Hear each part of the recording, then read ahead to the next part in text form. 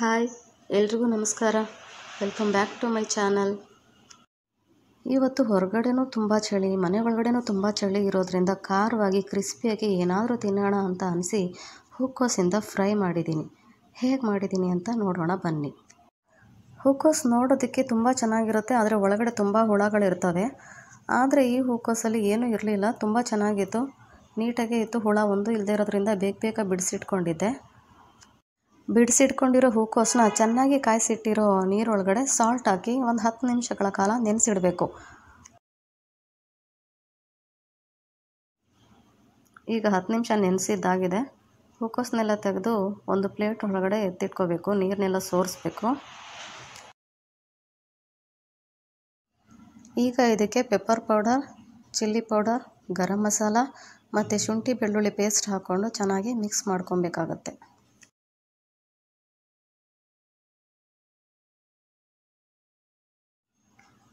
ನೋಡಿ, ಈಗ ಎಲ್ಲದಕ್ಕೂ ಮಸಾಲೆ ನೀಟಾಗಿ ಮಿಕ್ಸ್ ಆಗಿದೆ, ಕಲರು ಚೇಂಜ್ ಆಗಿದೆ, ನೀಟಾಗಿ ಗೊತ್ತಾಗುತ್ತೆ ಮಸಾಲೆ ಚೆನ್ನಾಗಿ ಮಿಕ್ಸ್ ಆಗಿದೆ. ಈಗ ಒಂದು ಬೌಲ್ಗೆ ಮೈದಾ ಹಿಟ್ಟು ಸ್ವಲ್ಪ, ಕಾರ್ನ್ಫ್ಲೋರ್ ಸ್ವಲ್ಪ ಹಾಕ್ಕೊಂಡಿದ್ದೀನಿ. ಇದ್ರ ಜೊತೆಗೆ garam masala, chilli powder, pepper powder, salt ಮತ್ತು ಶುಂಠಿ ಬೆಳ್ಳುಳ್ಳಿ ಪೇಸ್ಟ್ ಹಾಕ್ಕೊಬೇಕು. ಜೊತೆಗೆ ಸ್ವಲ್ಪ ಸೋಡಾ ಹಾಕ್ಕೊಂಡಿದ್ದೀನಿ. ಇವಿಷ್ಟನ್ನು ಹಾಕ್ಕೊಂಡು ಚೆನ್ನಾಗಿ ಮಿಕ್ಸ್ ಮಾಡ್ಕೊಬೇಕು.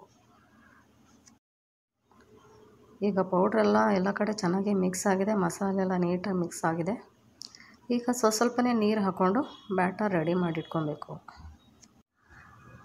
ಮಸಾಲೆ ಎಲ್ಲ ಹಾಕಿ ಮಿಕ್ಸ್ ಮಾಡಿಟ್ಕೊಂಡಿರೋ ಹೂಕೋಸನ್ನೆಲ್ಲ ತೆಗೆದು ಈ ಬ್ಯಾಟರ್ ಒಳಗಡೆ ಸೇರಿಸ್ಕೊತಾ ಇದ್ದೀನಿ. ಈಗ ನಿಧಾನವಾಗಿ ಹೂಕೋಸನ್ನೆಲ್ಲ ನೀಟಾಗಿ ಬ್ಯಾಟರ್ ಜೊತೆ ಮಿಕ್ಸ್ ಮಾಡ್ಕೊಬೇಕು.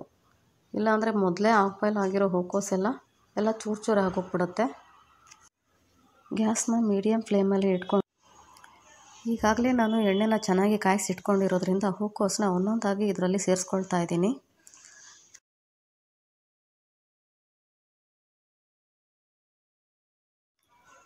ಈ ರೀತಿ ಟೇಸ್ಟಿಯಾಗಿ ಮನೇಲೇ ಮಾಡಿಕೊಟ್ಬಿಟ್ರೆ ಸಾಕು, ಮಕ್ಕಳು ಹೊರಗಡೆ ಕೇಳೋದನ್ನೇ ಬಿಟ್ಬಿಡ್ತಾರೆ.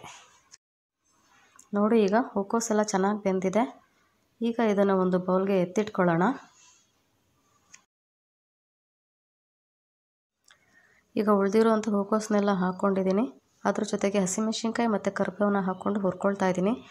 ಹೀಗೆ ಹುರ್ಕೊಳ್ಳೋದ್ರಿಂದ ಅದರದ್ದು ಘಮ ಎಲ್ಲ ಬಿಟ್ಕೊಳ್ಳುತ್ತೆ, ಘಮ್ ಅಂತ ಇರುತ್ತೆ, ಫ್ಲೇವರ್ ಎಲ್ಲ ಹೂಕೋಸು ಒಳಗಡೆ ಸೇರಿಕೊಳ್ಳುತ್ತೆ. ಈಗ ಹೂಕೋಸು ಫ್ರೈ ರೆಡಿಯಾಗಿದೆ. ಈಗ ಇದನ್ನು ಒಂದು ಬೌಲ್ಗೆ ಸರ್ವ್ ಮಾಡ್ಕೊಳ್ಳೋಣ. ನೀವು ಇದನ್ನು ಒಂದ್ಸರಿ ಮನೇಲಿ ಟ್ರೈ ಮಾಡಲೇಬೇಕು.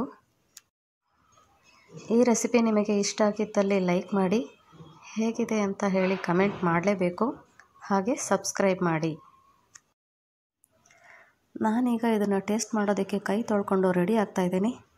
ಮತ್ತೆ ನೆಕ್ಸ್ಟ್ ವಿಡಿಯೋದಲ್ಲಿ ಸಿಗ್ತೀನಿ. ಅಲ್ಲಿವರೆಗೂ ಎಲ್ರಿಗೂ ಬಾಯ್.